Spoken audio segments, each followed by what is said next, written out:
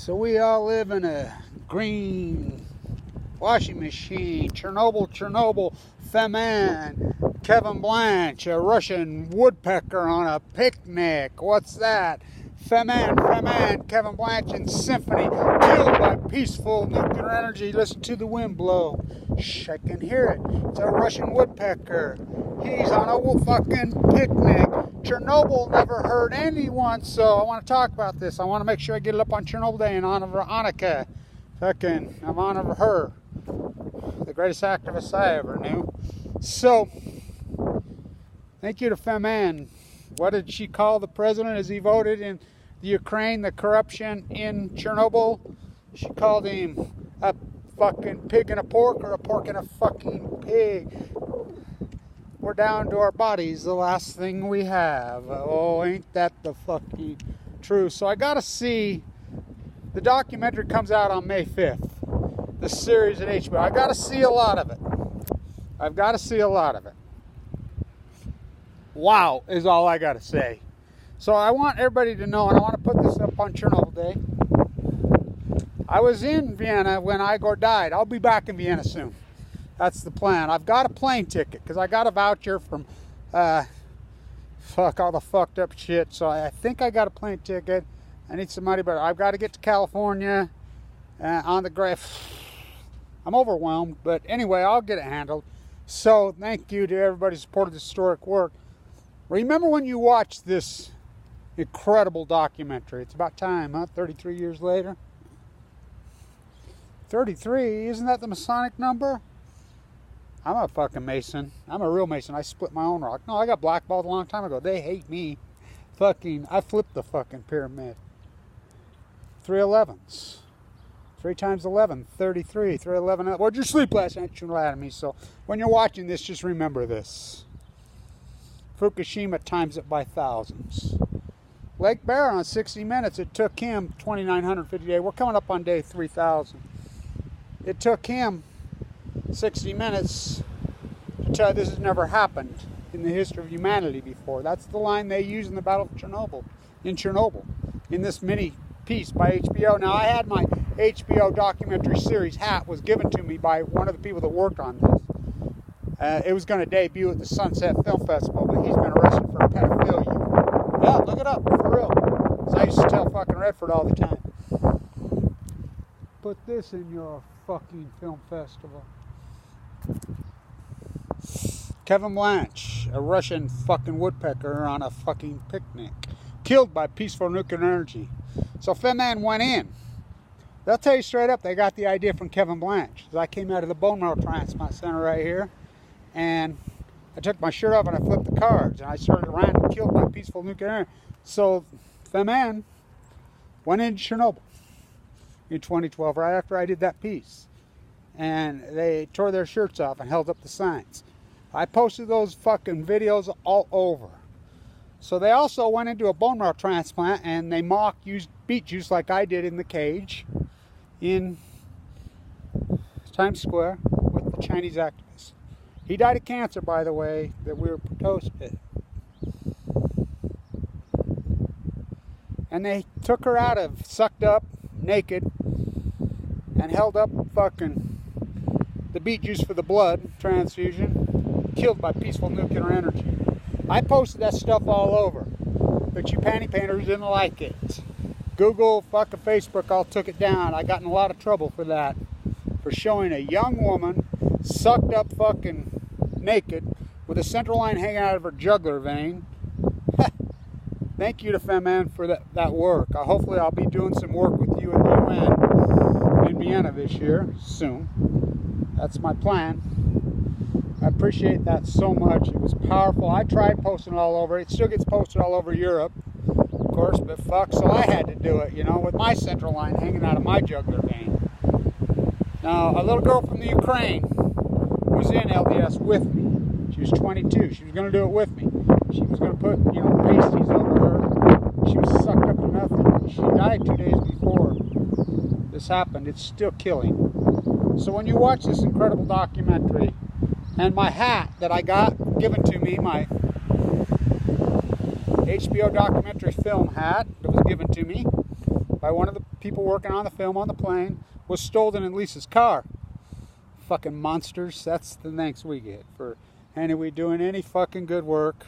Welcome to my world. Fuck, who would have believed it? 8 years fighting for my life, fighting for yours, trying to save you as a month. But I want to say this in honor to Annika. She died in '99. What an activist she was. I met her in the Valtesse. She was a pole swinger. Boy, was she fucking fierce. What a mind. What a fucking life. She started to get bruises on her leg. I said, it's from the pole. No, it's not, Kevin. No, it's not. It's leukemia. Nah. She knew. It mowed her down so fucking fast and killed her. I want to say this to everybody in Ukraine who's fought this good fight. I mean, activists over there, they kill them. Well, they kill us here. Just do it Alaska and Swartz. They just do it a little fucking more subtle here. There they just shoot you in the fucking head. Well, thank you in Austria for trying to protect these people. Thank you, even in Paris, the great activists who fight. I mean, fight back there against the nuclear crime syndicate. Whew. Thank you to all the activists that have fucking fought this Chernobyl fight for all these 33 years. Barely a bleep in the media, because you're living the fairy tale, you're living the dream here in the United States of usury. It's destroyed me, this fight. It's destroyed my life. Oh yeah. Fuck, my house is a disaster. I'm overwhelmed. I have no money. I was a millionaire when I got sick. That's what they do here. They starve you out. They kick you off Medicaid. I'm going in to get my fucking last blood test before I leave. If I do leave, I don't know how it's going to play out. I was getting too much to live in that room right there.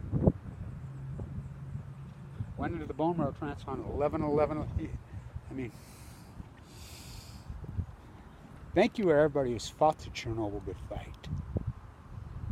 If people knew the fucking truth, and this documentary is going to change the world. I've seen it. I've got to see it. She let me watch it on an iPad. She said, Kevin, I want you to review this and look at this thing. And you should have seen the tears on her eyes. I met her in Monterey. She started to cry. She says, I've seen your videos. She says, I saw your videos with the central line hanging out. She started to cry. And she says, she hugged me. She says, can I touch your Fukushima fish hook, as Rex named it? So I ripped off my shirt and she touched it right there. And I says, you want to see my tattoos? I got 4 of them up me. How about my chest split open? What a fight, huh? To all the people that have been killed. FEMM was started by anti-nuclear activists, which goes all the way back even before this. And I still say tell her blew it. Listen to the wind blow, watch the sun rise. Damn your nuclear fucking lies. You need to get some cotton balls. You need to grow a pair of balls. It's pretty bad that the girls have to do our work. They're the ones with all the balls. Because you fucking American men, oh fuck it, they're pathetic. Johnny got his gun, fucking cowards. Fucking, I'm a fool to do that. I'm not afraid.